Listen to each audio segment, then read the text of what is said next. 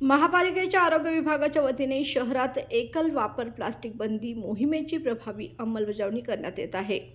प्रशासक के मंजुलक्ष्मी, अतिरिक्त आयुक्त राहुल रोकडे यांच्या मार्गदर्शनाखाली ही मोहीम राबवण्यात येत आहे।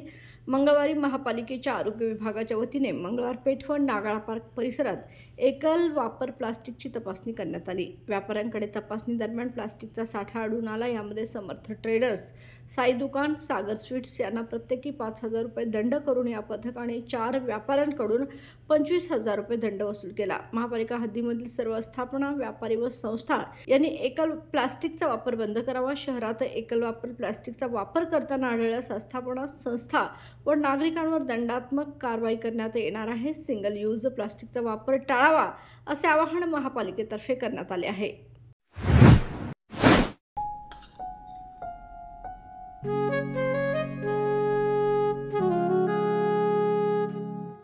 बाबा, आज येताना बासुंदी घेऊन या ना। अगं, कालच आपण आईचा वाढदिवस होता म्हणून आणली होती ना। ऐकलं, गोकुळची बासुंदी पुन्हा खावीशी वाटतेय। खरं सांगू, मलाही खावीशी वाटतेय। पुन्हा पुन्हा खावीशी वाटणारी गोकुळ बासुंदी।